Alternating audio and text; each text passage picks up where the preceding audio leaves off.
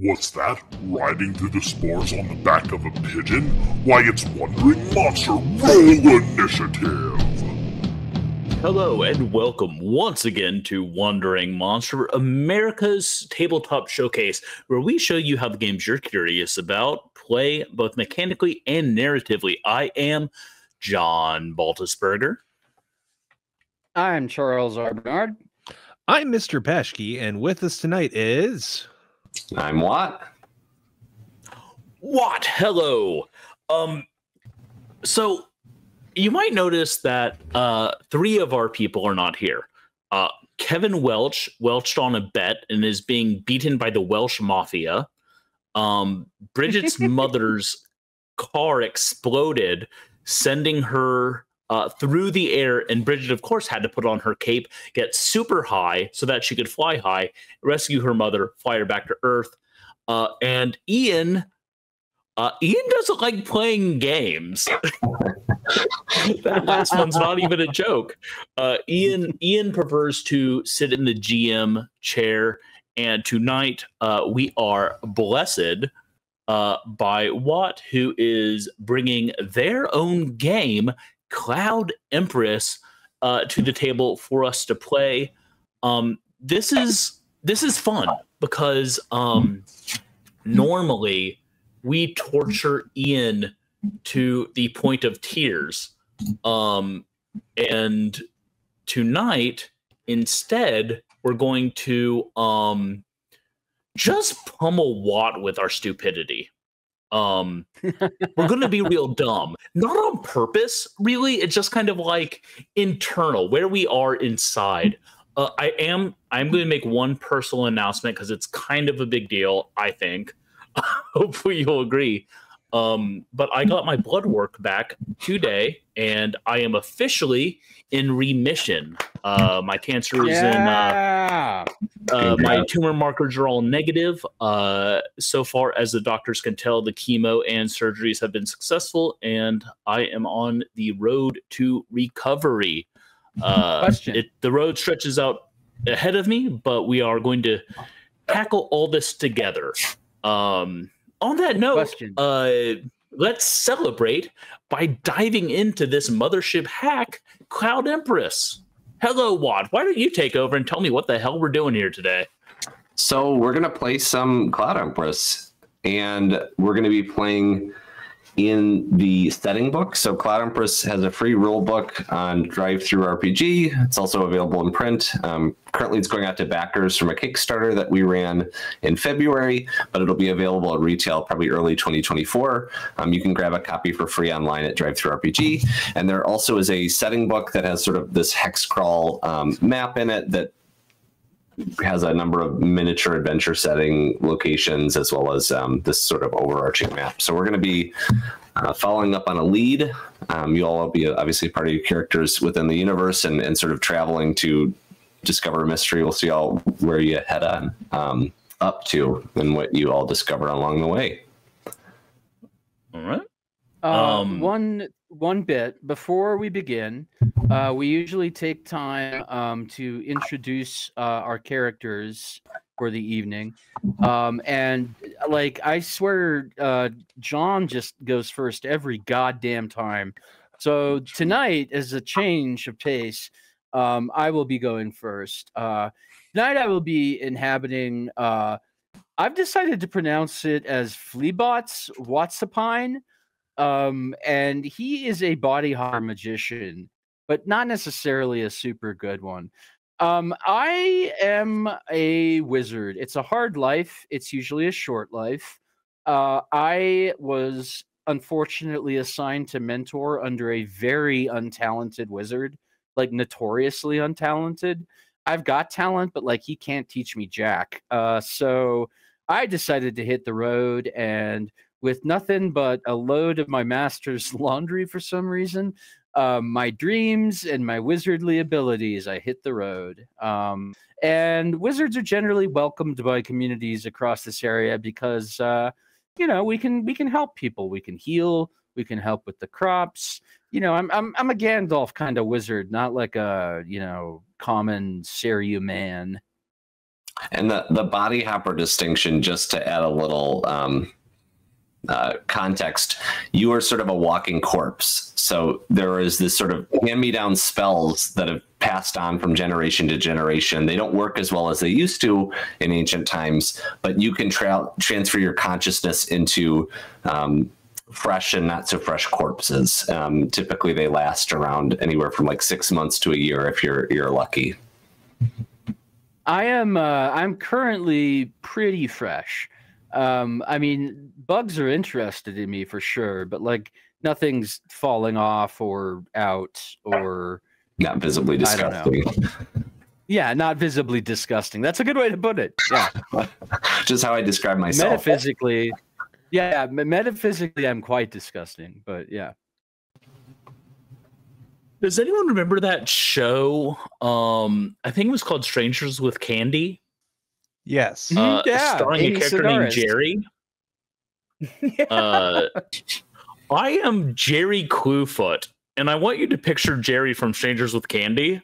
I'm a sellsword who is just decrepit, but like maybe like 6 months ago was like sitting on my front porch, rocking in my chair, trying to gum at an apple, and said, "You know what? I'm gonna try a new life. I'm gonna become a mercenary." And I joined like the academy where like the tweens are learning how to sword fight. And here I am. I'm actually pretty good at the whole sellsword thing, but I'm extremely awkward. Jerry Cluefoot, sellsword at your service. I do miss both my orchard, my grandchildren, and also my dentures, which I unfortunately did leave at my farm. You're eating mush for the journey. Mushrooms, maybe. Okay, yeah. I don't know what that 90s like hippo techno thing I just did is. I'm so sorry, everyone. I mean, I think there was at least 2 people out there that got it. But yeah. Okay. So real quick, I just wanted to ask if overlooking what race my character is, where would I find that? Because I think we're all Yumis. The only humans exist in the universe, and the through the character creation process, you're going to pick, you roll for your age and then your job. So the age is sort of the stat modifier, either teenage, full grown, old, or a body hopper. Cool. Because it said that I have horns and fur on my character description, and I was There just you like, go. So the other piece, Cloud Empress, which I should have said earlier, is an ecological science fantasy RPG. So it takes Mothership into a fantasy direction. And one of those fantasy pieces, sort of inspired by Studio Ghibli films, you can become cursed. So if you were to die, you get sort of a second chance and you come back with a specific curse. Oftentimes sort of physical differences, one of those being you sort of turn into like a Beauty and the Beast type beast kind of vibe with that fur and horns kind of thing. okay, cool. That's what I was imagining. I just wanted to make sure I understood correctly before Yes, you are still human, but you are cursed. And I'm quite old. I'm old, and I'm covered in fur, and I have horns, and I live a life on the road where I walk and I gossip and I look for all the good things, and the children climb on my feet as I walk, as children love to do. I'm becoming Bernie Sanders, and I don't know why. It's hard not to. Why are we a geriatric adventuring party tonight? Hey, this is not planned. My lower back says that this is fine. So, Hey, and I'm a fresh corpse. I'm still a young corpse. I just saw the name Sprightly, Jerry and was immediately taken to Strangers with Candy. That's why I made that it's choice. a good show. I mean, I'm not mad at the choice. Yeah. It's hilarious. I should go back and revisit that sometime soon. It's a very funny show. The show is where we learned that Stephen Colbert could sing like amazingly well when he wanted to. I didn't know that. Yeah, one of the impetus Yeah, he did. around character creation was just that I feel like I always default to people that are around my own age, so I wanted to have a lot of old people and teenagers in the mix. I like the idea of an old adventuring party going out and showing those little whippersnappers that they're not the only ones who can get the taste for blood. I was actually hoping y'all would be tweens to like solidify my character choice, but I like this too. Let's go. Let's take on the evil. No. If I were a tween character, I'd be swinging from your horns just like crazy, John. Wait, John has horns too? No, I don't have horns. Good. I'm the horniest one of the group. That can't be true. Oh, it's not. Visibly horny. Maybe that's not even true. Mine's an innie. Alrighty. And this is why Ian hates us. This does answer the question of, we usually get posed, how did your party meet or what have you, but it sounds like we all just kind of got the itch for adventure. We were in a place that was boring or bad or terrible. Retirement home. We're just like, you know what? Yeah, I was gonna say. Or in my case, trapped as an apprentice under a very untalented mentor. Well, I thought maybe we met when we all traveled back in time to murder Ronald Reagan. That could be it too. This does take place in the future, so back thousands of years ago in the future. I like to imagine that in the future, Ronald Reagan will have been forgotten. So. That's a beautiful dream. I would like to think that in the future people will recognize the atrocities he's committed and that we will learn. I will be back in 2 seconds, y'all. Okay. Uh-oh. Well, Mr. Bernard is gone. I'm going to say, because you can't argue with me, we lived in the same retirement home, right? And Charles Bernard's character, the original person, died, and that's how we have the new him. And you all are starting in a place called Tacktown, which is sort of this major city. The environment is full of giant cicadas with creepy faces on them. So I love it. One of the few places that humans reside is this place called Tacktown. It's called Tacktown because many of the homes can actually roll. If a cicada unearths, it can sort of roll and avoid damage. But the especially old and seniors normally stay there year round, while younger folks travel. So it's very possible that folks were sort of expecting you to stay throughout the year and stay in the summer, and you all maybe snuck out or are leaving for your adventure. Cool. Real quick, I just want to say thank you to Psycho Head Cheese for the sub. We appreciate you. Okay. So it is kind of retirement home. Yeah, there is a retirement home in the central town. So nice. As there should be. So just some context for what we'll be playing. I know I talked a little bit about the sort of nature of adventure and the joys that you all uncover shortly. That will include mushrooms and spores, some potential dismemberment, and I'm trying to think. Yeah, those are probably the big warnings for folks. I don't know if these are trigger warnings or promises. Yeah. Well, don't kink shame us here. I mean, dismemberment. I might, given my particular spell set, we may also be engaging in mild candy or non-candy based body horror. Okay, there you go. A lot of body horror in this game, and there might be some violence to animals. I guess that some of this is up to how you all handle certain situations, but yeah, that is a big trigger for a lot of people. It's not particularly one of mine, although we do love animals here on One Ring Monster. But that said, I can very easily change it to there's like an affection component. So yeah, like dogs and cats, no. Infants, as a father of a 4-month-old, go ahead. Go for it. Yeah. Go for it. I'll switch that over to. Are we cool with bugs? To defenseless children. Our Violence to Twitch bugs? settings You are okay already with that? at our Twitch settings are already at mature or whatever it is, because I tend to swear like a motherfucker sailor live on the air, and I refuse to stop. So and also we've gotten pretty saucy on this program as well. Yeah. So Some of us may have burned a did bunch with- of kids with oil at a restaurant before. that's right. I forgot about that. And I'll never Ian made forget. John horribly burn a bunch of infants with fry oil. No, I didn't do that. Patchkey did. I was innocent. Oh, no, I was a right. cop in that episode. Fuck that episode. Sorry, So what? I- Please take us in, or else we'll just keep it Yeah. gabbing. Perfect. My So- point being, I think that with the warnings given, we're all good. So.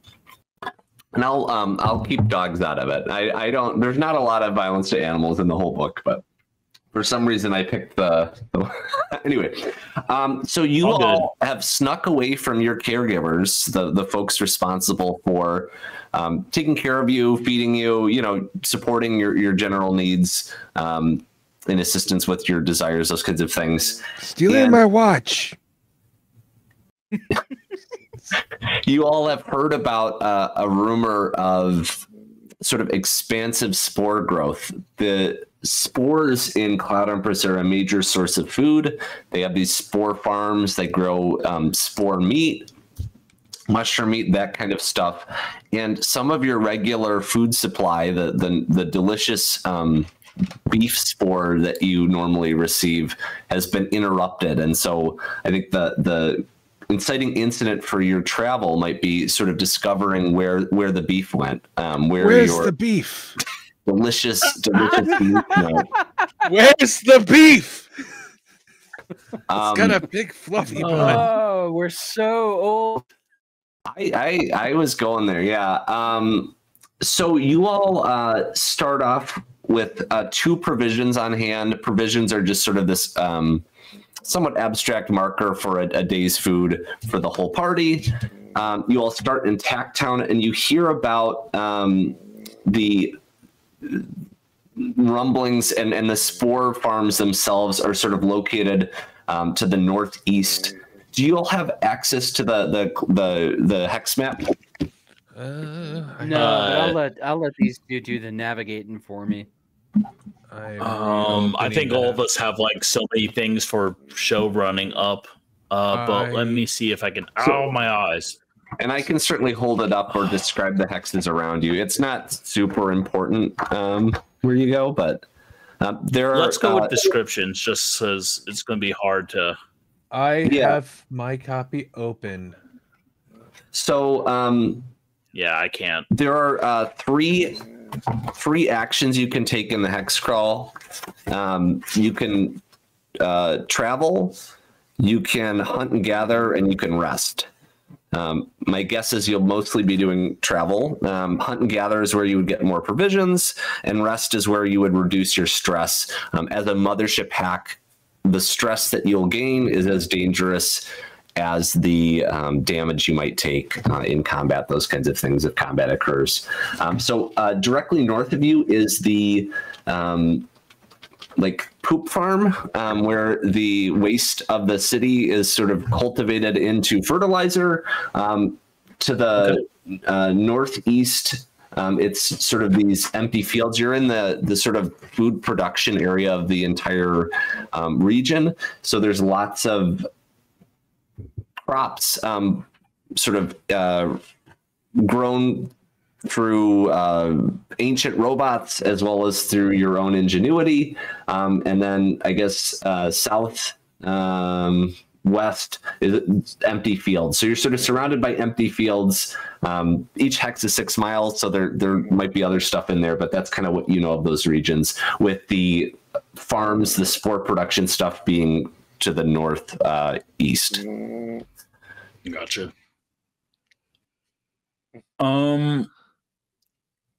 So we are trying to figure out why we do not have delicious portobello burgers currently. Yeah. Our supply of beef spores has been interrupted, and we're investigating because the I god feel like dang we should menu head is towards no good the spore without the cultivation stroganoff. then, right?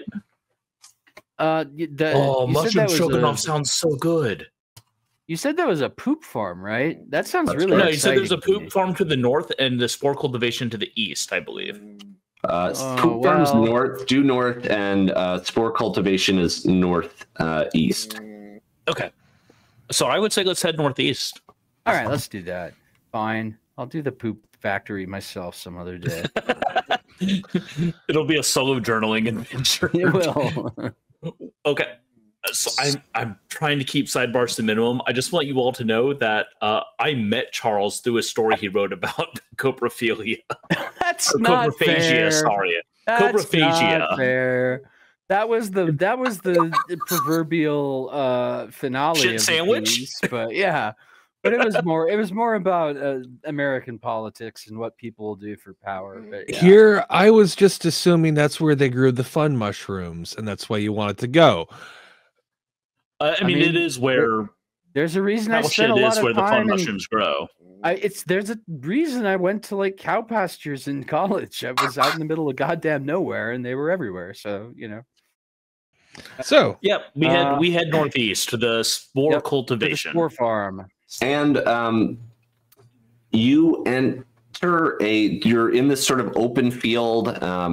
It's kind of scrub grass, not a lot growing. There's some odds and ends things, wildflowers, but you see off in the distance a tree line sort of meant to break the wind, maybe some irrigation kind of stuff going on. But you see something unusual over in that area. You see two juvenile imago, which are the sort of large cicadas, and they seem to be sort of stumbling in the distance. It's shaded, so you can't necessarily make out what's going on from this distance. And you see another sort of lump laid up on a tree nearby. So, two questions. Are the cicada... It sounds like they're pretty common. Are they not necessarily friendly? Are they hostile or territorial? So the cicada, the imago, they have some particulars to them, but they primarily only like to eat desiccated dead. So monks and folks in the society will actually dry the dead to feed to them. The imago's primary food source is some tree sap and that kind of stuff, but also dry human bone and dry animal bone. Okay. My second question is, do they do the cicada scream? And if so, how goddamn loud is it? It's super loud, and it can drive folks crazy essentially. I love it. These have sort of like a hole is in there. I think it's called a timbal, but there's sort of like a hole, like a breathy, uneasy sound as it sort of catches, mostly as the wind's passing by. It seems to sort of correspond to the wind's flow rather than a noise that they might be making on their own. Okay. You all are probably maybe true fact, 20 yards away, 30 yards away. Yeah. Not to sidebar too much, as John said, but the wind whistling over its aperture, so you never see it because I'm always wearing these big headphones, but I've got old school, like big gauge hoop earrings in my ears, like a bunch of them. And for about 6 months after I got one particular piercing, I couldn't figure out what the sound I was hearing was. And it's because the wind, when it hits one of my rings at just the right angle, it makes this like weird blowing over the top of a Coke bottle noise. You're not supposed to say that. That's what's going on with the cicadas. They have gauges in. Cicadas, I love it. Rocking, yeah. How am I supposed to draw that? That's well. I think that we should head over there and maybe look and see what these there cicadas are doing. All right. I remember back when I had a cicada. It was a pet of mine that I kept in a arborarium. The arborarium's kind of like a fish tank, but no water. Anyways, I put the cicada in there, and it grew for 7 years before it came back out. Sorry, I was just channeling my inner old man with a pointless story that No, I to loved nothing. it. I can't wait to see how many of these we get tonight. Oh, all right. I don't even know. Off we go. Can I help you? As you creep forward and on closer inspection, you see that the imago, the juveniles, they are about 3 to 4 feet long, which is sort of on the smaller side. They have a smaller set of wings, but what you notice is that there is a white fungal growth in between the cracks in their chitin, and there seems to be sort of holes and wounds that sort of pass through them as if they've been maybe shot through or something like that. But they do appear to still stumble and move and still make that noise. Nearby, you see that the lump near the tree is a dead body. You're not exactly sure what's happened to this person. It's still sort of in the shade, and it's a bright sunny day, but you do see that it looks like an adult human dead person. So I've got a skill, and it depends on like what game of semantics we want to play, because just my Charles brain figures that this is like an invasive fungus that is not a good fungus. And one of my skills is plant identification. Now, as you are aware, fungus, mushrooms, etc., not plants. But do we want to stretch that definition to include what would be considered plants in this? Totally, I didn't know that. So you and with Mothership, one of the reasons I like Mothership is there's no like perception checks or anything like that. So as long as the only time we do tests and check your stats is when you're under time pressure or significant risk. So you sort of upon inspection, they don't seem to notice you too much. They seem to be stumbling around obliviously. And what you can tell was it was the white spore was a sort of new food source that the spore keepers of the Northeast were growing. And it was sort of really hyped up to be like very fast growing, a really exciting new development. But throughout, as older folks, you probably remember, there have been many spore outbreaks over time. Typically, they're located to a single farm that needs to burn off the excess growth. So it's not uncommon for the growth to sort of expand beyond the cellars where the spores are grown. But in this case, you had heard about this sort of new breed of spore, maybe through the food that you were getting. You never tasted it or had it, but you recognize the description based on what some of the spore keepers who delivered the boar beef spores or beef boar spores, they sort of hyped it up. So you do recognize it as maybe this new spore breed. God dang Spore Santo. Is there any I'm sorry, did you just make a Monsanto joke? I did. Yeah. Thank you for that. Is there any of this white fungal growth on the actual cicadas? Yeah, so it's in between their cracks and their chitin. Yeah, it's sort of that's awful. Yeah, kind of covering them in small, maybe hand-sized clumps. Yeah, I thought you had said so, but does it I look love like that there's a human corpse under a tree over there, and John's like, the poor cicadas. Does it look like the white mold is coming from the inside out of the cicada or the outside in of the cicada? I don't think you can tell from this distance. Okay, I'm just concerned that we have the stuff situation, and it's going to erupt out and infect us, and then we'll be carriers. Well, yeah. Are you concerned or are you hopeful? Yes.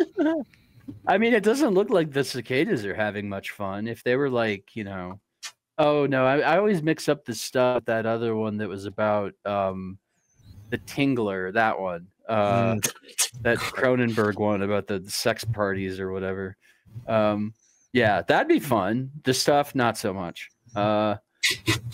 Well, I don't want to get infected, but you're right. I think we've correctly diagnosed the problem. It's just what do we do about it? Like, I wonder how widespread this feed is among the, beef spore farming population.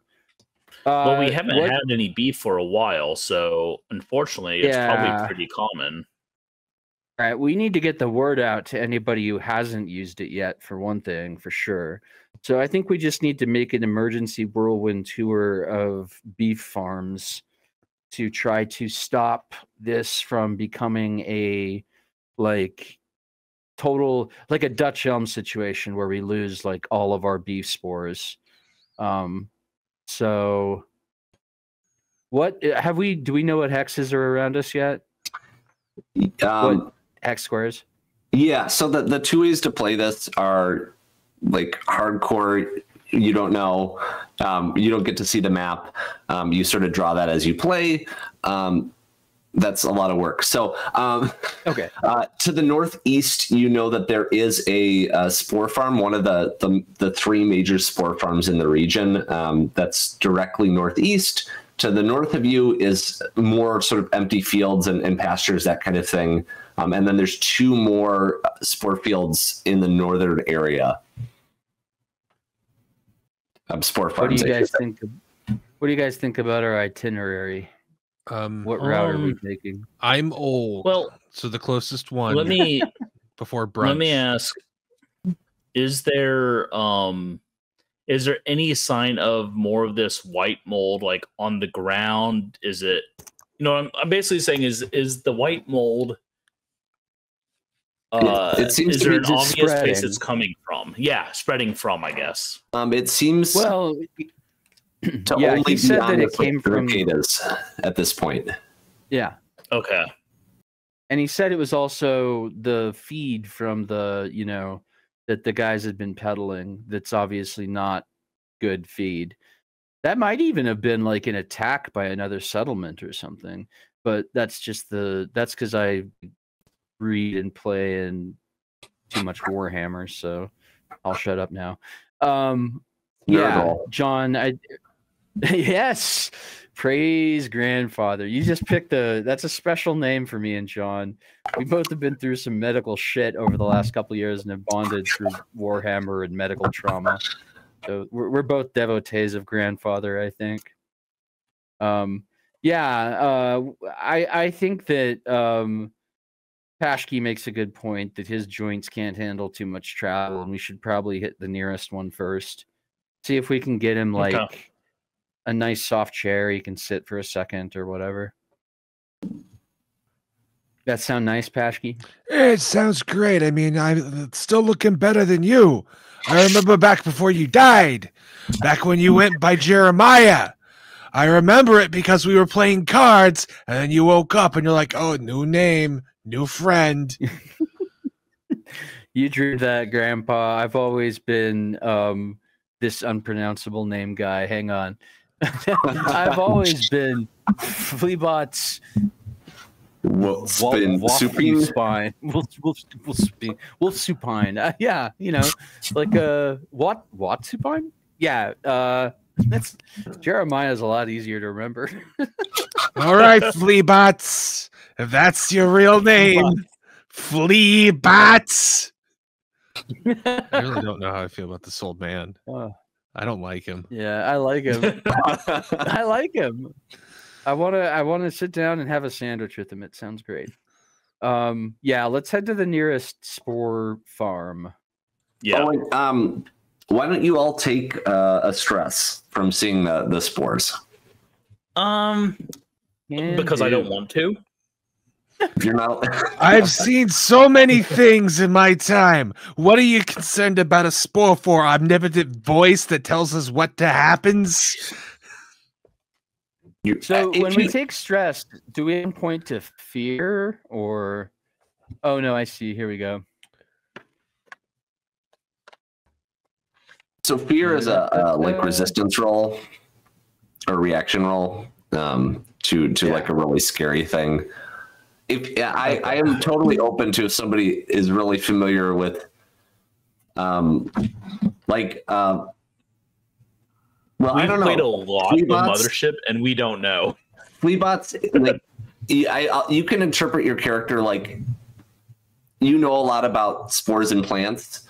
So I could see being extra stressed because you're like, oh my God, or, you know, just as stressed as everyone else because you know how dangerous this could potentially be. Or maybe you feel more confident because you're familiar with the situation and what you might need to do. I think Fleabots is a naturally stressful guy. I think that his half-assed mentor didn't teach him as much as he should know, and he probably knows that, although he's a bright guy. So I put myself down as taking 1 stress. I just had to add something onto the sheet to do it. So here we go. Slight difference to Mothership for those that are familiar. You start with 0 stress, and the max is 10. So it's well, yeah. And if anyone needs to take the edge off, I've got 3 doses of a powerful hallucinogen. Roll 1d10 There you go, when John. it's inhaled. If you roll an 8 or higher, you have a bad trip and gain 3 stress. Otherwise, lose half the stress rounded down. So, John, if your stress is ever out of control, it's out of control right now. I'm not giving up one of my magic pouches because it says it comes in a pouch and you inhale it. So I'm imagining just like that powder that they throw on Holy, but like it goes up your nose instead. Yeah, like hit me up again a little later. We definitely want you to take one of those before the end of the game. You got it. But I can also coat you in candy at some point. So keep in mind that we have options. That's not for public. That's for private. That's for our OnlyFans content. Exactly. Yeah. All it's right. For our only Johns. All right. Off we go to see if this spore farm is also uber fucked. As you arrive, nothing appears to be too out of order, at least from what you can tell. It's 3 houses in a larger plastisteel building. Plastisteel is just like fantasy metal. The buildings look like Dragon Ball Z buildings from if you was the Green Planet? Is it Napa? Namek. So they look like that a little bit. And this is the Spore Keeper village of Absolution. Nice. And you see sort of a spore packing facility. There are 4 pack squabs. They are large rideable pigeons, mostly flightless pigeons. And they mill about in a pen nearby. You see what appears to be the engine, the tail engine of a Thopter, a smaller flight vehicle covered in canvas tarps. And you see maybe 1 or 2 spore keepers in their full plastic robes with gas mask rebreathers on. They look pretty almost like Shy Guys from Nintendo. So there, a couple of them are walking about. Nothing appeers to be too out of order, at least at Absolution. Okay, that answers my context question, which is how they normally dress. Yes. Okay, I'm gonna just run hellbent for leather straight at those, like waving my arms, and yelling that there's a biological danger loose, and that the settlement to the southwest, whichever direction it was, is totaled by a mycological infectious agent. I'll use big words to try and sound important. And do I need to roll a check for that? Yeah, I think they're going to. The spore keepers are pretty insular and wary of outsiders. So 2 of them, the 2 that are out, drop to 1 knee. One pulls a pistol, and the other starts to run for the main camp. Oh, that's not good. So everyone take a stress because someone's drawn a weapon. And now go ahead and feel free to make a check. Can you tell me, what how are you trying to convey this message? Can you it sounds like you were maybe trying to use your some of your plant knowledge. Yeah exactly, plant identification. So why don't you make a mind check with advantage? So roll twice. Okay, cool. And then you want to roll under your mind stat. Okay.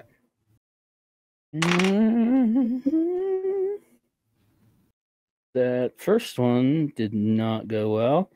So let's roll again. Ooh, just squeaked under. 29. Nice. So as you're running, the words carry in the wind, and they seem to make quite a lot of sense, seem to be pretty specific to the trade of the spore keeper. And the spore keeper stands and puts the pistol into their waistband and says, calm yourself, my friend. Like, let's break so that's homie. And talk over what ails you. And like, just so that we can kind of smash montage, I described the situation at the previous spore farm. Mm-hmm. I like Spore Ranch because it sounds more active, like they're rumbling around, you know. There was a restaurant in San Marcos called the Spud Ranch that I loved a lot. Spud Ranch? That's awesome. Spud Ranch, yeah. Yeah. Guess what they serve? Did they have a sign? Did they have a sign with a cowboy riding a big old potato? Like, woo! They do. That'd be pretty cool. Really? It's awesome. I guess that makes sense. Yeah. Okay. I convey everything we saw at the last place, and that we haven't seen any beef spore come in quite a while, and that we came out to check on it, and I'm worried that the farms have become infected by this poison that's being sold as feed, and that last phrase should have some resonance with farmers, I would think. And that's about the size of it. There's 7 of them, so you sort of come in, they sort of invite you in. You all maybe get some light food and drink, that kind of thing, and they do appear to be pretty concerned. What they tell you, though, is that this is not the farm that grows those. It's a farm that was sort of experimenting with new breeds, which is always particularly dangerous. This farm grows imitation squab spore. So this is like sort of pack squab, the giant pigeon meat. So they grow pigeon meat here, spore, imitation pigeon meat spore. But typically the spore keepers have a lot of reservations and concern and try to make community decisions around growing new spores. But Penance Farm directly north was the one that started to grow this new one. And so they are like noticeably upset and start, like, I told you so, like, we should have done something, like, and they know what a risk this could be. They're not sure exactly what the nature of the spread is. They sort of are skeptical of the idea that, like, they're concerned about why these juvenile imago would have it. As you sort of suggest, it's a food thing, like maybe they were eating it. Like, it's just sort of confusing to them because typically these bugs don't eat human food or even spores. Like, they don't do that. So they're concerned it might be airborne or caused some other way. Could it have infected a person and then the amigo ate their bones and became infected that way? The oldest member says, like, that's not a bad idea, but that would be a pretty long timetable. The corpse would have had to dry, so we'd be talking about an infection. And if what you're saying is true, the food supply has only been disrupted for maybe a week or 2 at most. So it's possible, but I'm not sure the timetables add up. Okay. Is this So we've got some. is this dude sassing me? Sounds like it. No, he actually started his comments by saying, "That's a good idea, you freaking psycho." Yeah, like a sarcasm And this- right there. And this is what Charles deals with every day with me.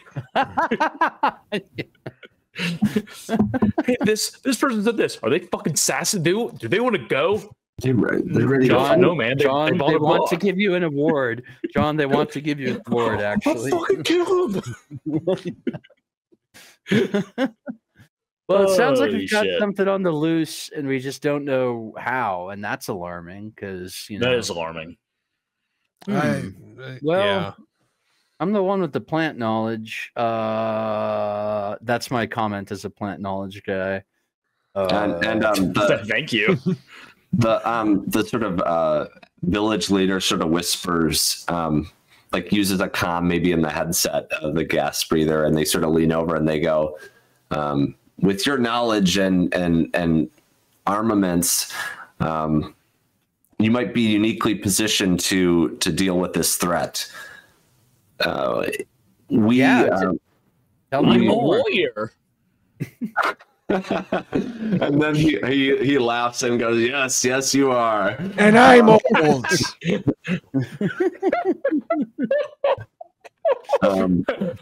Of course you are, Jerry. Very good. never- High five, buddy.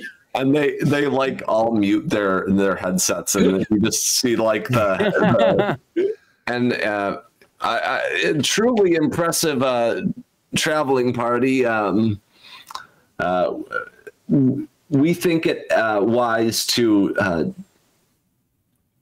separate and address this problem. Given your experience already with the spores and your clear natural inclination and skill set to adventure and travel the hereafter, we would be open to and encouraging of and potentially supportive of you all traveling to Penance Farm by use of our Thopter. I was okay. Look. This is John speaking, not Jerry. I'm cool using the Thopter if that's like the smart thing to do. But John desperately wants to ride one of the squibs. Or you may be able to carry more with the use of our pack squabs. There you go. All right, cool. Now You guys take the squabs. I'll take the Thopter. Hobble my way over. The chieftain sort of, or the head village chief sort of looks around and then is like, we cannot give you both the pack squabs and the Thopter. We must use one to get to the other village. We'll take the pack squabs. We will. John, you get Curly. You can take Larry, Pashke, and I'll take Mo. I want a chimp. All right, you know what? Just for that, you can have Shemp. I want y'all to know that I love this pack squab, and I would gladly murder each and every one of you to keep him safe. And in addition, they give you. They don't have much to give by way of weapons, but they do give you one explosive spore, which deals 2d10 damage to adjacent targets, and they also give you a smoke spore, which fills a room with thick purple smoke while active. What? I just want to make sure our audience understands what's happened here. Is the three of us have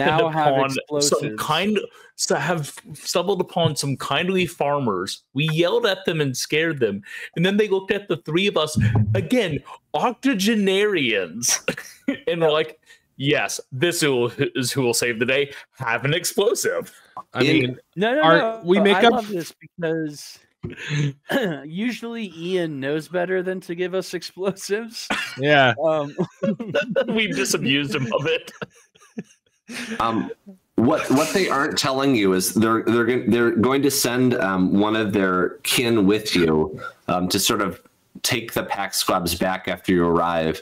But they're pretty confident you're all going to die. They just are hoping that you can address the situation while they sort of check on their other village and potentially call in additional help. Totally fair. By Totally the way, fair. It's inevitable. If it's okay, I'm borrowing that for just another occasion. Like, they're pretty confident we're all going to die. I like how forthright that was. I feel like they don't tell you that. You see them laughing and kind of mocking you and maybe encouraging you a little too much, like in an unusual way. These folks, in true Jerry fashion, I'm completely oblivious to this. They what was it Billy Crystal said in The Princess Bride? Like, have fun storm the castle. One of the spore keepers named Claus, with a W, they want you to know, on account of their weapon of choice, a giant claw. Sort of helps you on, like slowly helps you onto the pack squabs. And as you all are about to leave, they all say, they all get on their knees, or Claus sort of raises his claws into the air, and they all say, damn you, God, for leaving us in this forgotten hell, for poisoning our food, for racking our bodies with sores and pain. Damn you, God, for our forgotten world and miserable lives. And then they all Amen. Dirt. What I gotta tell you, that's just how Charles says grace every day before every meal. It is. It seriously is. Yeah. Oh, that's wonderful. That's delightful and amazing. Thank you. So I join in, even like I join in. My character joins in for sure. I mean, I'm living in it.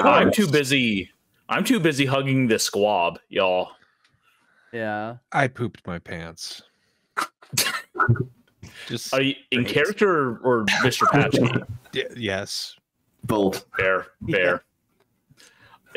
I get on my squab. I prune its feathers. We are best friends now. I think that we're ready to ride off and die now.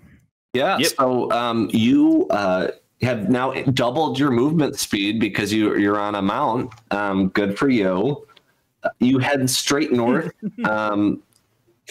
As you head through the next area that's conveniently hexagonal, you notice sort of an otherworldly nature to the environment. Everything seems to be sort of fungus covered, and the wind sort of is carrying white spores like snow. And next to you, there is a probably 40 or 50 foot plastisteel wall that's called the Big Wall, which sort of separates the farm production area of this world from sort of a vacant battleground of ancient times. And so it's sort of clinging to the sides of the wall, but it seems like this is spreading through the air, unfortunately. I'm sure that's fine. So here's the thing. Remember earlier in my introduction, way back when, probably like 15 minutes ago or something, I said that I am, for some reason, carrying my mentor's dirty laundry to the rescue. So, like, everybody grab a shirt or like a nasty pair of underoos and just tie that around your face. Let's see if we can make this work as a crude filtration device. So tie it around your nose and mouth. How many socks do you have? Let's see. Mysteriously, only 3. Okay. That's perfect. We have 3 squab. Yeah. Oh, yeah. That'll work for their little beakies. Yeah. Mm-hmm. Yeah. I secure my own mask first and then protect my squab. Very wise. Yes. Why don't you all take a stress, unless you want to argue that you're not going to take a stress? I will argue because my character has seen it all, and I can roll with advantage against having the stress. I'll take a stress. You cannot take a stress. I will want you all to make a body save, though. Yeah. Okay. By the way, Watt, I just want to point out that I actually do have. I just like Squab, so I've been like happy about it. However, my character does in fact have animal handling as a skill. So like this Squab and I just rolled a d20 because I'm a ding dong. Why don't you roll? Why don't you roll advantage on your roll, because you're like maneuvering the pack squad up to higher ground and kind of I don't know. Maybe that's totally goofy, but I think I'm picturing awesome cowboy music while you do that. Yeah, I passed my body check. I can. I was surprised I did, but I rolled a 3. Nice. Yeah. Good God. I know. I rolled just barely under, but I did pass. Last but not least. Yeah, I rolled. Did you pass? No. Remember, Pashka, you have to say, here's the thing. No. We established this already. You bargain. I just ignore my problems until they go away. Fair. So take another stress because you failed. Okay. And you sort of inhale some of the white spores, and it sort of causes you to cough vigorously. Slowing the party down slightly, and fills you with a horrendous concern that you are now horribly infected as you all carry on into Penance Village. Okay. And this is like one of my real life fears is black mold or whatever getting in me. It's not fun. All right. That's my nickname, and I will get in you. Black mold getting into you is your nickname? No, Black Mold is my nickname, and I'm going to get inside Charles. Okay. Biblically, I guess I should. Get inside you in the biblical sense. Like Ant-Man. I'm going to shrink I'm going to down. cornhole him, biblically speaking. Biblically speaking. So you throw bags full of sand or corn, and they float on top of the water? Is that how getting? Then he's a witch. Yeah. Okay, this goof is failing. Yep. Save us from our shitty jokes. You arrive at Penance Farm. I love these names as well. It's a burnt out husk of its former self. So some shit has gone down. Live it up to its name. There are 3 buildings, a spore cellar, and many of the buildings have sort of like blackened flame kind of char on the sides, although the buildings haven't been damaged. You see a pile of corpses that are covered with the white stuff, the white spores, in the center of the village, in sort of the village center. And you see a particularly large spore keeper and a particularly small spore keeper, like throwing the bodies and some of the like furniture that's covered with spores into this pile as you enter the village. Oh, it's like the Velveteen Rabbit. It's like what was going to happen to the Velveteen Rabbit and the Velveteen Rabbit. Yeah. Didn't it die? Didn't it get burned? No, it turns into a rabbit and lives on forever. Don't do this to me. Maybe that's what's going to happen to these people. Yeah, they're going to turn into rabbits and live on forever. After I huff on Charles's bag of nose candy, I'll believe it. John, not yet. We're saving that for a special occasion. I don't think you all take stress at this point, because I think my guess is this is probably a bit of a relief. That we see some living people. It looks like they're like taking care of it, you know? They're throw out all the infected stuff. They're burning it. They've obviously cleansed with fire. They've got it under control. Yeah. They don't need us here. Let's move on. Well, I think we should probably. I think we should probably check to see if they actually need help, or if nothing else, guys. If nothing else, we should see if we can get some of those sweet Shy Guy masks and stop breathing through dirty drawers. I mean, they have bombs. Are any of them sniffets? There's a technical difference, but Don't worry about it. Let's move on. I got it, and I appreciated it. A figure pops out of the largest building, a communal village hall, and hails you. Hello there. Hello. Hello. Yeah, I'm gonna let one of the garrulous ones do the talking. How are you? We've You both start talking at the same time in the same voice. Have you seen a strange white mold fungus around? I say as like as it snows past me. Of course, Nice opening, John. Thank you. And this person sort of nods to Claus, who is sort of circling. A better question is, have you? Have you come in contact with the white spore? No, I've never seen it. John, I will slap the shit out of you. You knew it was coming. Well, yes, we encountered two. I keep wanting to say amigo. That it's not amigo, right? Imago, yeah. Imago. It's like I saw two friends. We saw two imago infested with it over by insert name of spore farm we first investigated. Absolution Village. Absolution Village. We've been searching for the source of the infestation. Oh, I'm sorry to hear you've come in contact. We'll need to search you. And with that, the figure points with I don't know, four of their fingers in a hand gesture. And a figure with a long rifle, a particularly dangerous rifle,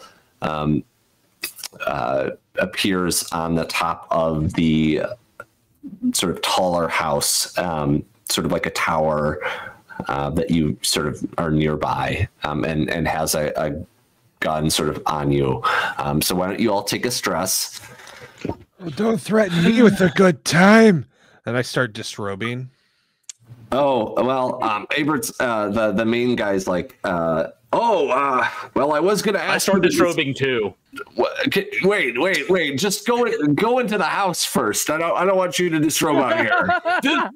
It's not anything God damn him hasn't seen. You wouldn't be the first person to get a load of this. And then he pulls in his pants, and you see the two withered prunes that are stuck to each other, covered in like beast hair because curses exist in this world.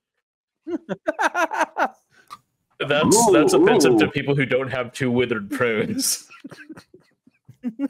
So with his pants around his ankle and his walker, he shambles into the building.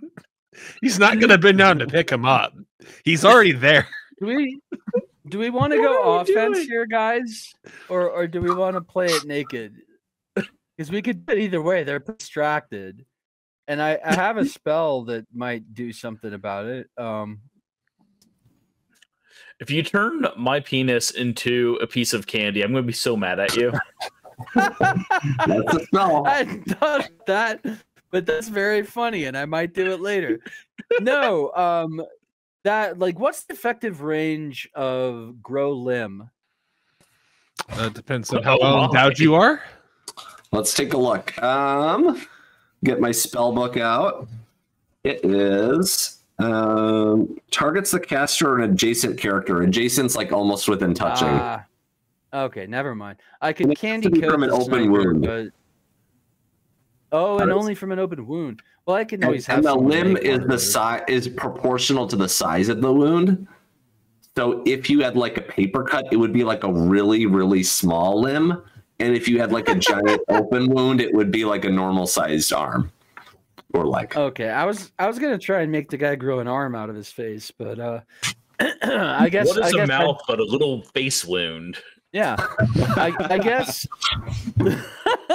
that's good logic, but he's not adjacent. I guess I'm gonna also strip naked and just nonchalantly walk inside the house. Make sure to strip where the sniper can get a good look, though. You know, What is wrong with us? Why don't you for nonchalantly him. walk in? What do you have to nonchalantly walk in?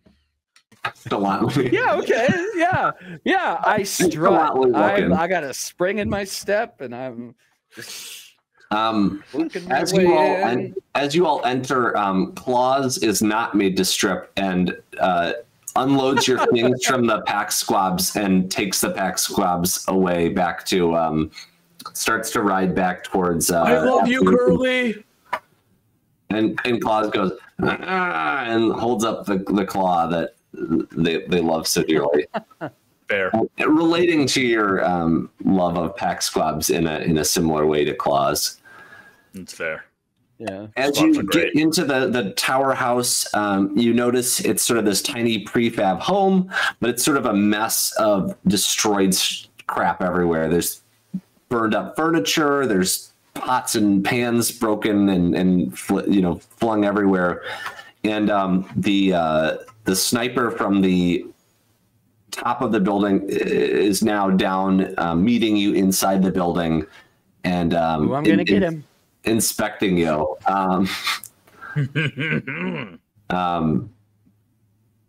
He's still sort of wary, or they're still sort of wary, holding the gun on you, but starts to look at you. And I guess what order do you want to be looked at in? First, creamy middle. So let me make sure I get your names right. Fleabots, you look fine. Mr. Jerry. Parky, Beevlet, you probably are pretty, like, I would imagine you're pretty worried, right? I mean, the guy's seen Maybe a lot. I'm imagining this person has probably got COPD.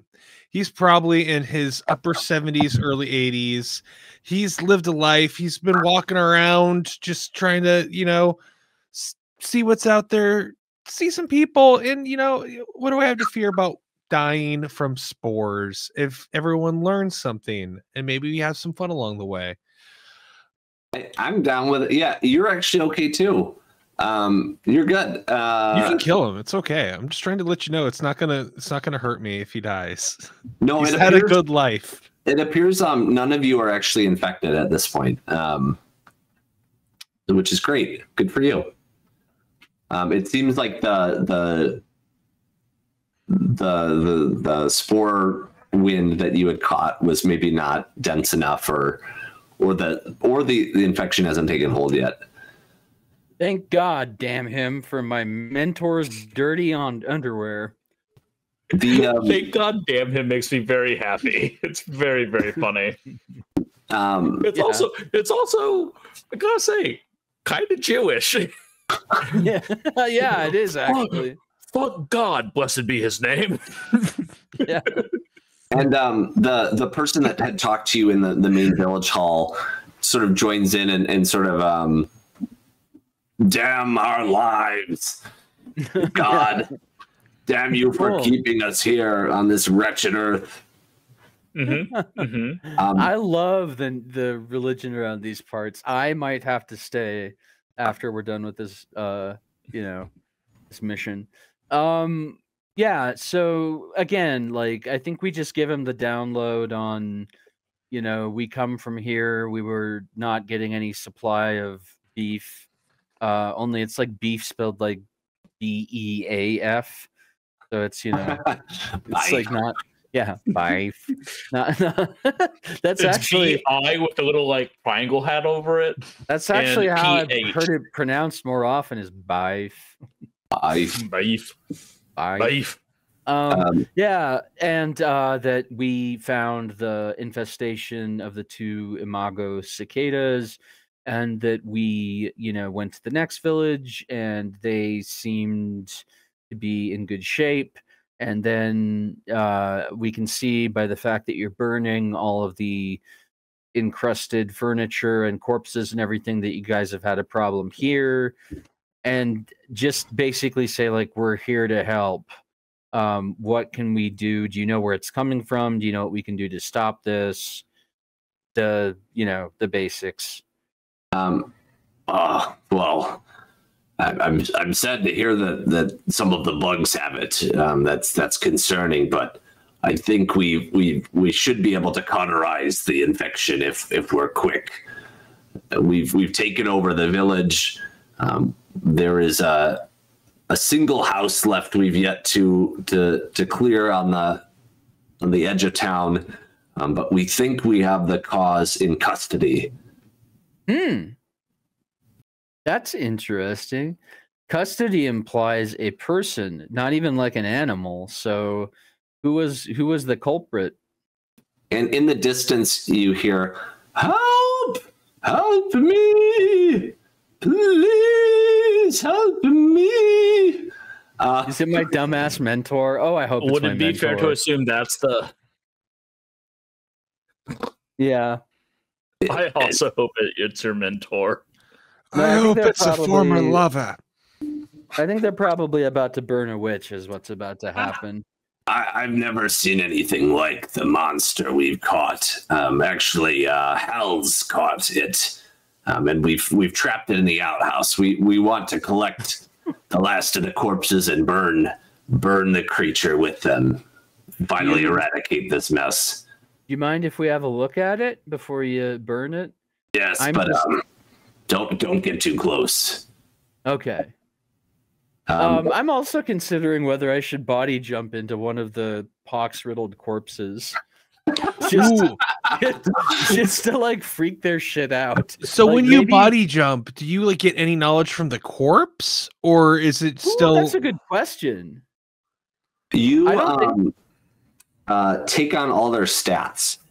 I don't and want some of their that. vague memories. You also lose some of your own memories. The only stat you Yeah. carry with you is your heart stat. Yeah, no, I'm happy with my stats. I'm not gonna do that, but that is a You fun wanna be idea. even- Especially if I did it just as they were getting ready to like throw it in the pit, and like just as they're on the last like backswing, be like, just like come alive and start. twitching. Zoolander, This when is- he's in the mine.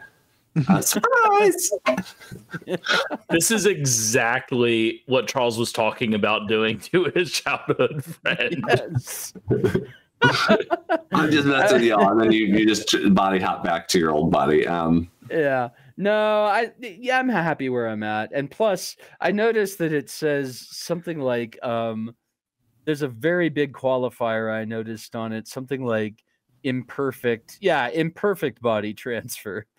Which like I mean, I'm a guy who's like leery of the transporters on Star Trek, so I'm going to stay lose in the quite a bit of corpse. your memory when you do it, so you only keep a Oh, fraction of your memory every time. Whereas perfect body transfer, if it ever existed, would allow you to keep all your memories. Being It's that the you weirdest thing. I just read a book that was all about exactly that. Yeah. Anyway, I I'm didn't gonna read stick that with my book. body. I've never read that book. I don't know what it is. No, you call me a liar. no, I'm sure. I'm You're actually rubbing off on pretty me. sure you didn't. But I'm just joking. yeah. I got it from the Ginyu Force. Another Dragon Ball Z reference. Captain Ginyu is the inspiration there. Okay. No, Oh, I so was not talking Free about. Jack? There's a new. Oh, yeah. There's a new Argentinian novel called Tender is the Night, and like there's this, or not, sorry, not Tender is the Night. That Tender is the Flesh is a different book. It's called Our I was Share gonna say of that's Night. Eric Yeah, Roca. no. He's not Argentinian. Our Share of Night, and in it, like a powerful sorcerer can like stay alive, but only if they, pour their consciousness into the body of someone. And it just so happens it has to be like in the case of the book, like a father to son thing. So it's cool. especially like screwy. Yeah. And the dad's like, I don't know if I want to do it. My son. And yeah, it's interesting. The Planescape Torment sequel also had like the main villain was like jumping through bodies, so that was probably also an inspiration. But Oh shit! On Star Trek too, there was, or maybe it wasn't. No, it was one of the Star Treks that had Dax, Oh was yeah, the the symbiote. Trill symbiotes. Yeah. Yeah.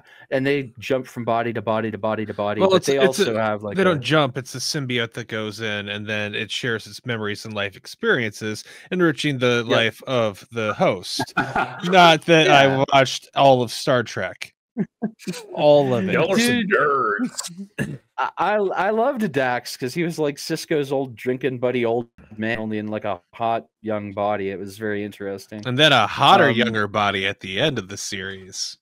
Personal opinion. Yeah, we're big old nerds. Yeah, let's just let's go check out this monster. The sun is pretty much set now at this point, based on this has been a long day. Before Abert's fine. The village leader of the Spore Keepers, his name's Abert.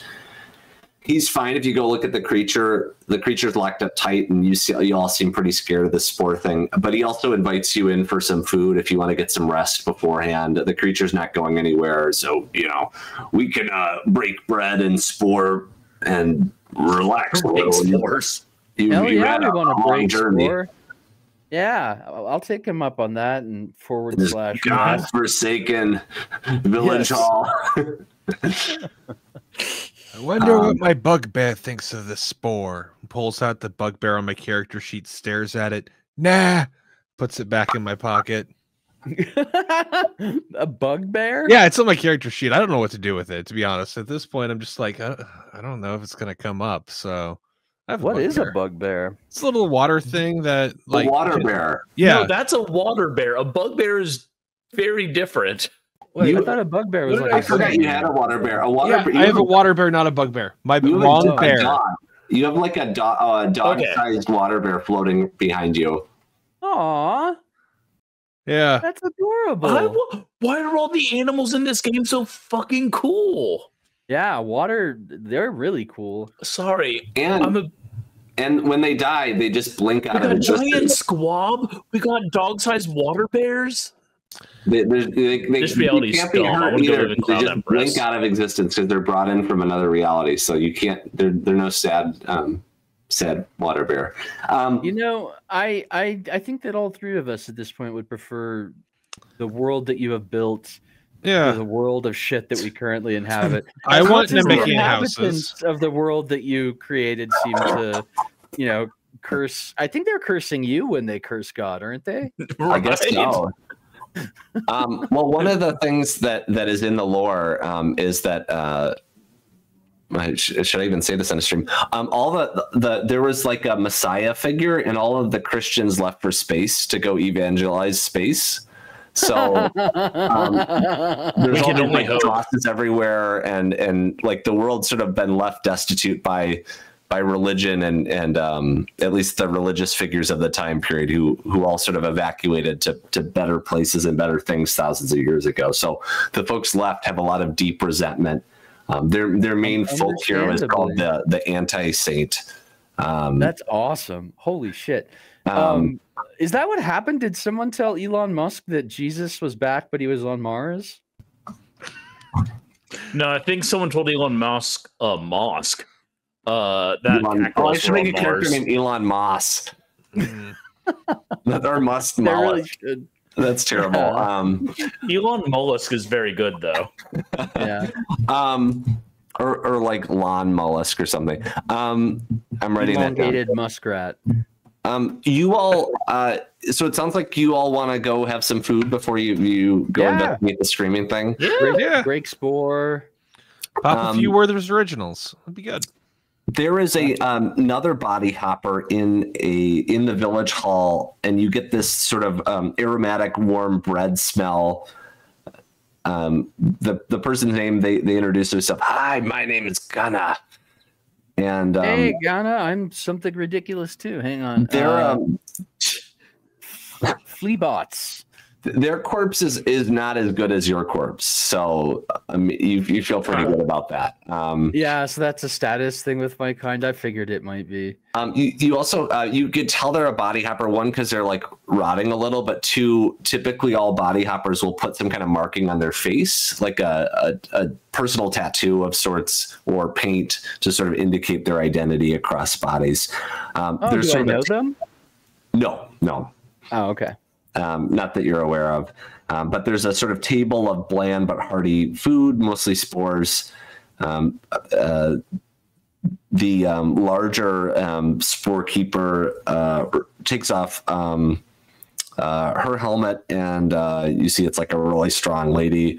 And then the smaller person is like a young teenager, and they all sort of sit down to eat together. What do you all do? You're invited to the table. Yeah. Well, I'm a wizard, not a priest, so I'm not saying grace. But I will say, I'm not sure if rotting corpses eat, but I sit down and I would certainly like take a cup of warm broth to like uncurdle my innards or something. And yeah, whatever's polite, that's what I do. I remove my dentures, revealing my 3 original teeth, and I look for the softest piece of food that they have, and I gum it. That's a horrible way to eat. Well, yeah, you know, I'm old. Yeah. That is a character trait I have identified with. But, latched on far too heavily. Are like specifically to eat. Okay, fine. I keep the dentures in then. So because you all are enjoying this lovely meal, do you want me to? I'll do another prayer for the. Yeah. Yes, please. Damn God and his saints for this wretched meal of tiny spores and lukewarm drink and limp bread with lacking in flavor. We eat you to sustain our bodies so that we may suffer tomorrow and another day. May we suffer forever in our hell as penance for our crimes. Delightful. If I wrote Grace, it would sound almost word for word like that. That is pitch perfect. What crimes? Mail fraud? Yeah, mail fraud. That's you know how God's always committing mail fraud. It's true. Your get rich your pyramid scheme. So you all are enjoying this meal. You all lose 2 stress because you're enjoying a good meal, and you sort of entered in a rest period. During rest, you can also reduce more of your rest, reduce more of your stress. If you sleep peacefully through the night, you share a heartfelt or engaging conversation. You're eating a tasty meal, so that's where you're getting this. I don't think we want to put this in the game, but you could have good sex with a consenting adult, or you can spend a tranquil hour in nature. So you can reduce more stress while you're resting. Right. So my character begins to make his rounds, introducing himself to all the single-looking humanoids in the dining hall. You ever been with a guy who's twice your age, covered in fur? Yeah, but that's neither here nor there. Would you like to again? Wait, is that you? You're talking in the party. I'm okay. Are any of them gonna make? I'm gonna sit on my 1 stress. I'm good. Oh crap! So I rolled a 1, which is like the best result. So the quiet sniper kind of like gives you the look. Yeah. Hey there, quiet little snipey snipe. You come here often? I don't. Take the shot. Take the shot.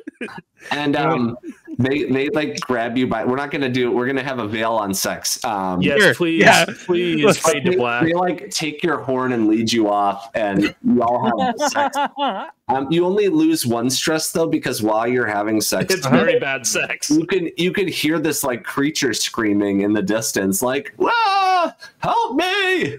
I can't get out!" While you're like getting it on or whatever. So can we agree that I lost 4 stress during this, but I gained 3 more back? I think you only have 1 stress now. Yeah. I want to point out that I believe that the three of us have now had sex in game on this show. And we now need to get Kevin and Bridget caught up. That's right. That's right. Yep. Although I've still had the most and undoubtedly the queerest sex on the cast so far. So yeah. Well, I tried, but then I shot us both in the head. I'm resting on my laurels for now. I'm concerned about what happened there. I did not hear that one. It was a Mothership game. Okay, well there you go. What does Mothership do to us? I guess Mothership has that in the stress mechanics too. Anyway, is it Gary and Fleebots? Are either of you going to have a heartfelt conversation? Does that feel in character? We could discuss like the meaning of spores. I want to discuss the nature of spores. I have just the thing for this. Let's split a psychedelic because I have yet to I mean, I know we're supposed to roll and like it'll reduce a lot of stress but I'd actually like for each of us to take a half a dose so we just trip a little bit and talk about microdose. Yeah, and talk about geometry and stuff. So I want to talk about the place of spores and the imago in the natural cycle and how they're stepping up where God failed. Imago is actually a word that means, and I learned this from a Laird Barron book, I think. It's the adult and final form of an insect. So, like, it goes through like its grub phase or whatever, and like an adult phase or a metamorphic phase, and the imago phase is when it's in its like final form, basically. And there's also some like mythological connections to the word with like finding one's true self and like identity realization. Yeah. And not all punks have imago forms, so that's the other thing. So you all, I think, also lose 1 stress. So you've lost 3 stress total for the night. I think none of you get stress free. I think you all could forsake sleep, but I'm guessing you probably all want to just get some rest, maybe. Not at our age, we can't. Yeah, so you all grab some sleep. None of it is a very soothing sleep because of the screaming that just does not seem to stop. And I'm sorry, guys. Oh, you mean out in the okay? Yeah. I thought you were talking about me and my getting it on all night long. That was my back, not me ejaculating. Same. So you all get up. It's sort of early in the morning. The Gunna is already sort of cooking another meal for everyone. Abert, this is delightful. Do we live here now? They're very friendly. Yeah, they're a good group. But Abert does sort of tell you, that's your last free meal for now. We need you to clear that house. Got it. We're gonna check on that monster, then we'll go clear that house. Fine. Don't let it grab you. You know, don't look at it. Don't mess with it. Okay. Well, we're gonna look at it, but that's all. You can look. I mean, definitely look at it. Okay, cool. I wouldn't be so rude as to have you not look at it. Well, can I grab it? You. No, don't grab it. Okay. No touching. Could it grab me? I don't want another soul taken from this hell earth without my consent. Oh, I don't know about all that, but let's take a look. Yeah. So we go out there to the old commode and unslot that thing, and what do we behold? And it's also a sort of plastisteel building. There's a sort of large, sturdy door that's been sort of barricaded and chained up. And then there's a window with like a very small window. And you see a long set of fingers with pointy fingernails. And you see almost what looks like a giant seed a giant seed head. Viewers who are listening to this won't see, but there's sort of a giant spiky head and sort of putrid kind of robes, sort of like gross kind of robes, old robes covered in some of the white spore stuff. And the creature is yelling, "Please, I didn't do anything." Well, that's as fucked up as they promised. Yeah, and I don't believe him. He's covered in white spore stuff, and he's all weird. You listen to me. These horrible people. They trap me in here, and I think they mean to kill me. Don't let them kill me, please. What is the deal with horrible people? Am I right? Sorry. There's a little bit of Seinfeld in there. Anyways. I don't know many people. I'm afraid. All right. Guys, what do you think?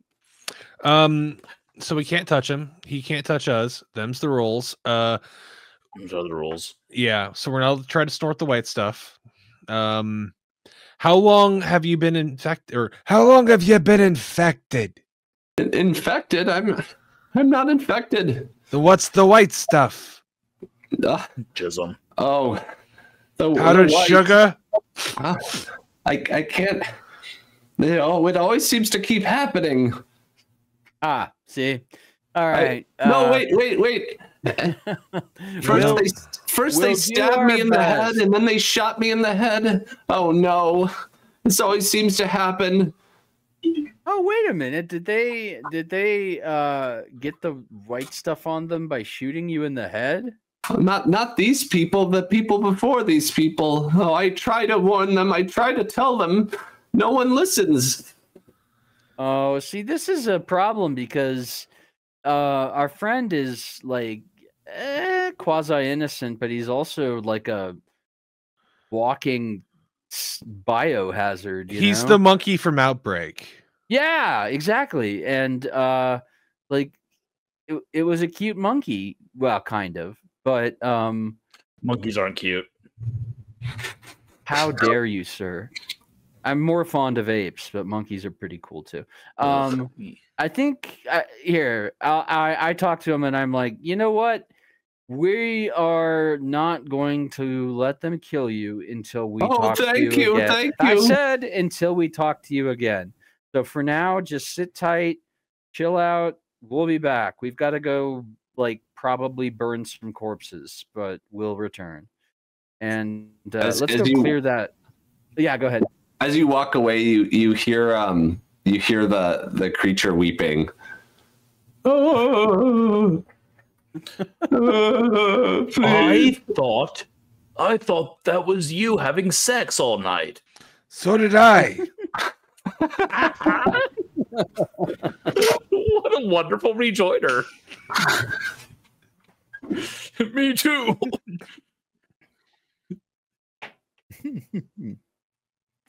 All right. So what's up with this house we got to clear? You've been given a direction on your map to this house. There's a single. Abert has told you about a single resident that is located at this place that they need to clean up. They're not sure if they're infected or not, but they want to check it out. We'll go check it out. All right, let me check it out. I don't know that we can stop them from killing that guy if they decide to while we're clearing the house, though. I don't know if that guy can die. He's been hit in the head how many times and still alive? I'm pretty sure he'll burn. He seems to be plant-ish. I don't know. They did tell you that they were gonna wait until if you had a corpse to bring to the fire. Yeah. So they said that they wait. If they do, like if I don't know if we can save him, honestly. Like I know it's a good moral decision, and that in an optimal environment, I'd like to perform machinations such that I could save him. But given our limited format, I just think that he's probably screwed. He's probably bone daddied.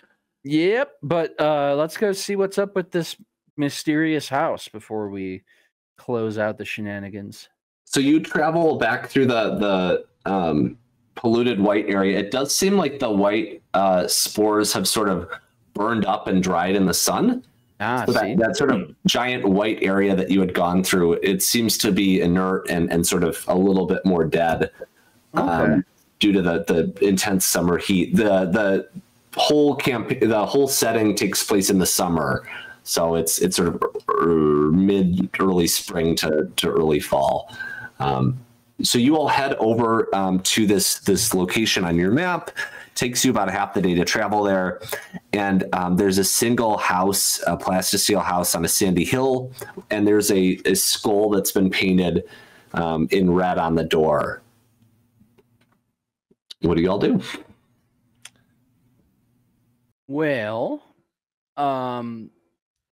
red X's for quarantine. That usually means that someone was sick. Let's see. You know what? Screw it. I'm gonna walk right up to that door and knock on it. Nice. I don't know why I decided to do the noise. People couldn't imagine what that noise would be like unless the warden told them, right? It was a metal noise, hollow and vibrating. The air hung as you wondered what would come to the door. It's an old woman. You hear an old woman's voice. Hello. Hi. Have you come? Are you one of those horrible spore keepers? No. Honestly, I'm not. Goodness. They were coming to take my life. Aw, why would they do that? I don't know. They're always up to something. Fair enough. Yeah. Always prattling about their dead ASKAB, you know. So let's would you mind would you all like to come in for some tea? Yeah, thank you. We would very much like that. I haven't had some company. Yes, we would. I always want a good cup of tea. It's so nice to hear some older folks too. Some folks, my peers. Oh, I should let you guys. I'm young and vibrant. Damn it! I should let. We should let Pashke navigate this conversation. I mean, God help us, damn him. The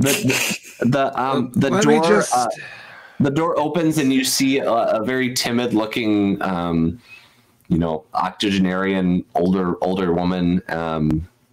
In just sort of regular clothes, old lady clothes.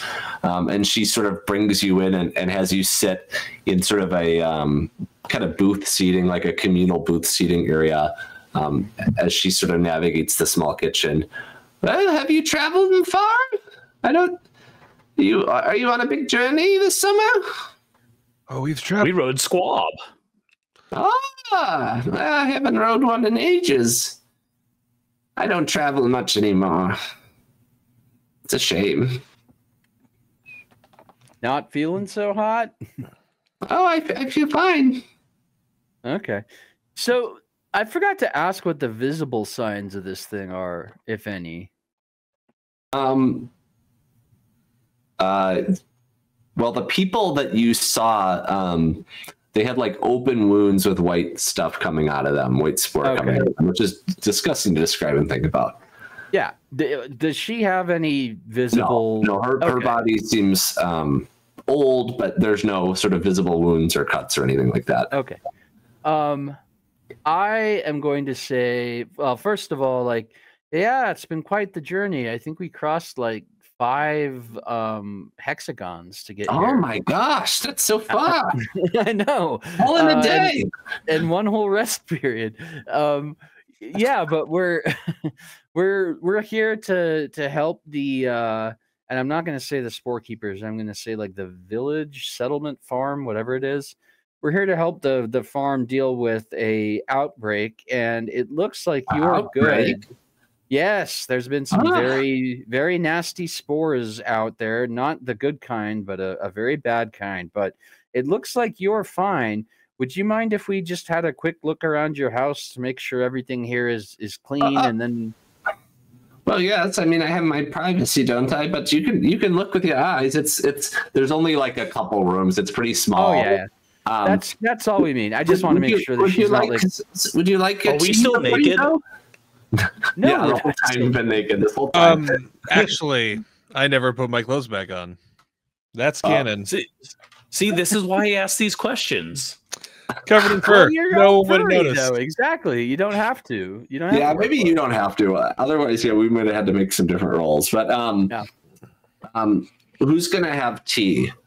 I'll have some tea. I'm not having tea. I'll pass on it. Oh, what? Why don't you want tea? I'll just tell her I am a Mormon and do not drink tea or coffee.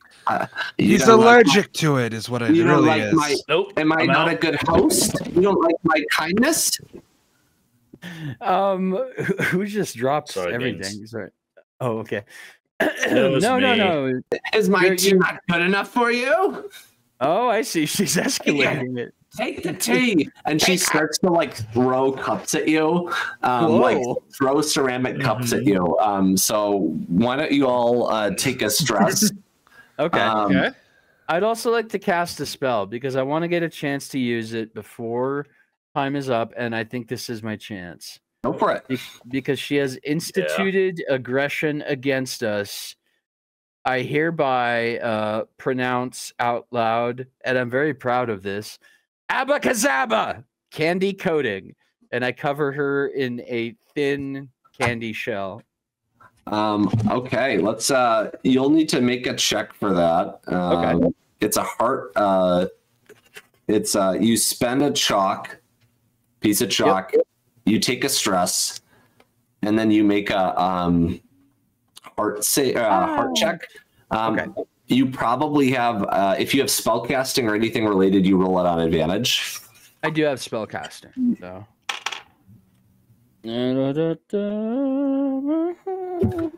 That didn't work. Let's try again. Advantage.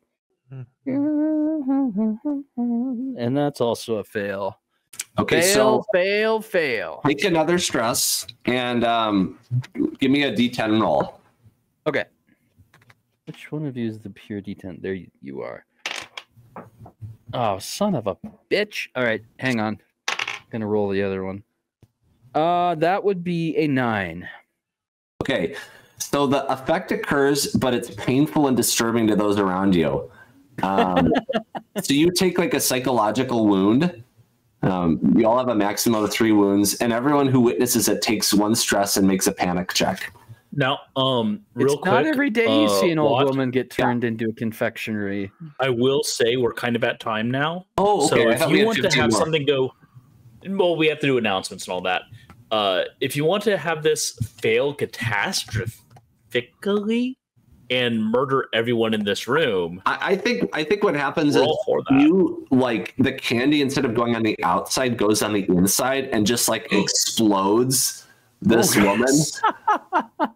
And so are we killed by candy shrapnel? You're not killed, but you all are like deeply psychologically disturbed, and you also see like on the inside of her, her flesh, like there is the white spore, so you feel a little bit justified. Okay. But the outburst of rage you think was potentially caused by this white spore. So with this knowledge and maybe the last chunks of her, you all are headed back to burn this creature or save this creature, and that would be kind of maybe where we're at. That's fair. Yeah, we burn.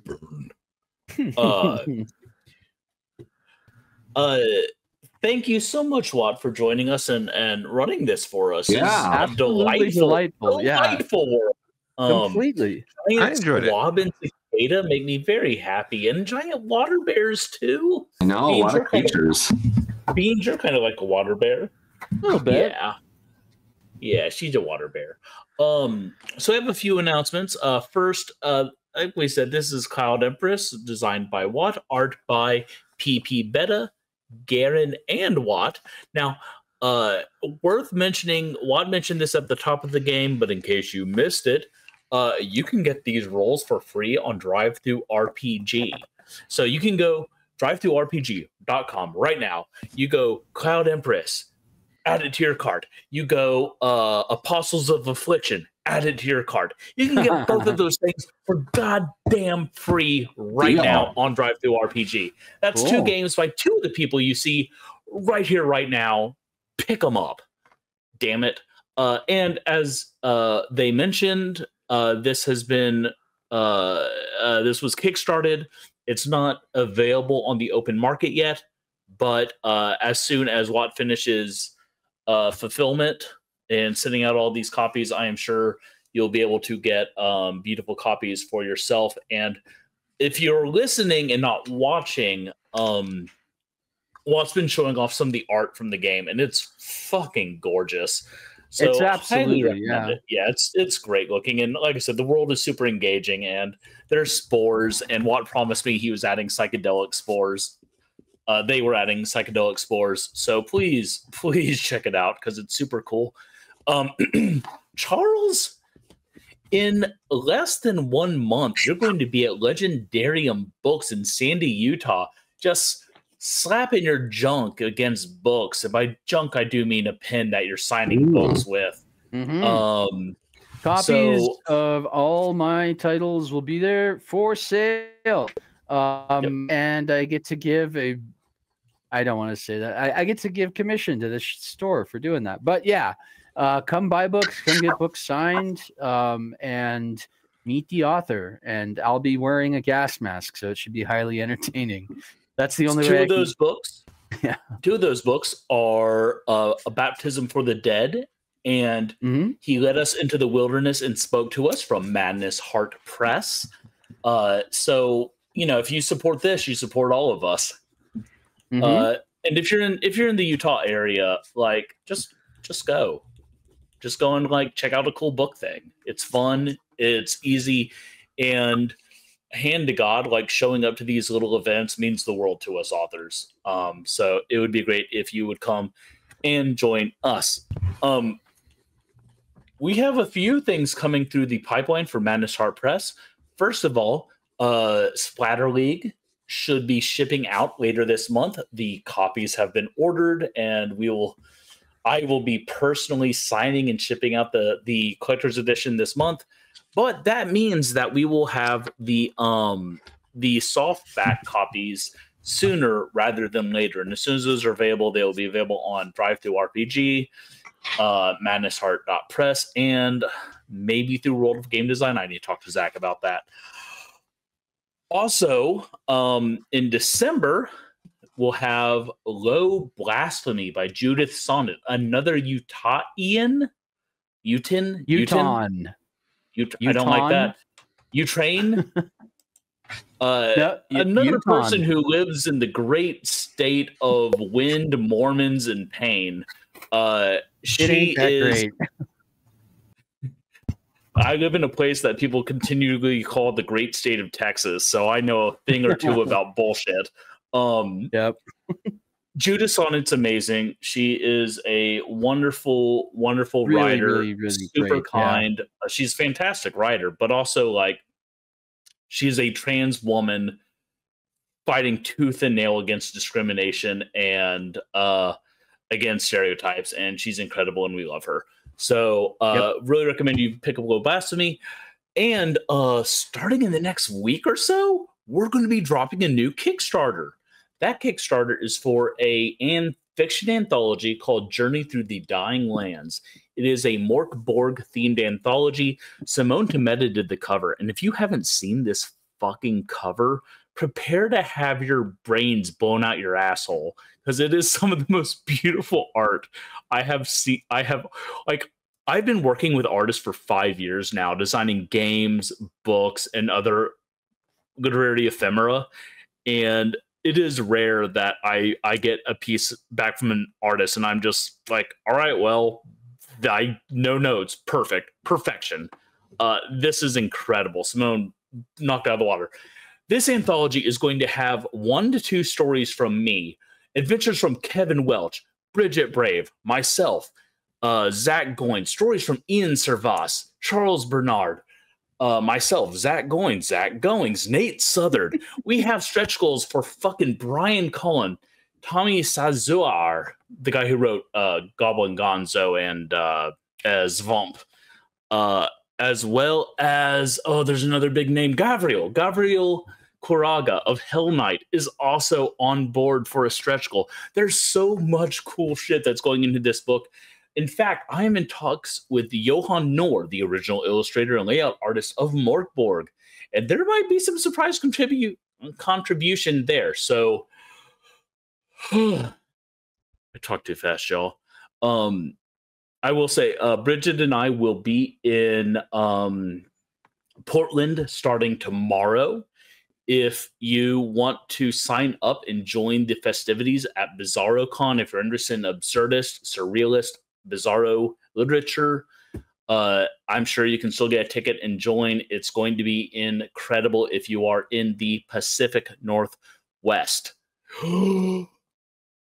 Finally, I'd like to thank our intro and outro music, which is Barbaria by Bog Wizard off the album Purple Miasmic Smoke. As always, those guys kick so much ass. They're incredible, and we love them.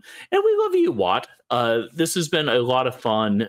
You ran a great game. Thank you so much. Thank you for putting up with our unmitigated bullshit that we bring to the table each week. And listeners, thank you. If you like this, like on YouTube, hit the subscribe button, leave a comment, leave a like. It helps us so much. If you're on the iTunes podcast, leave a review. And if you're on Twitch, it's free to follow. And if you have Amazon Prime, you can subscribe for free. All those things really help us keep doing this thing. We don't advertise, so word of mouth is how we spread. And we appreciate it so much. Friends, thank you for joining us on this consensual journey we call Wandering Monster. I have been John Baltusberger. I'm Charles R. Bernard. Mr. Paschke. And I'm Watt. We will be back next week. Until then, if you can't wait, don't worry. Just hop on a squab and you'll catch up in no time.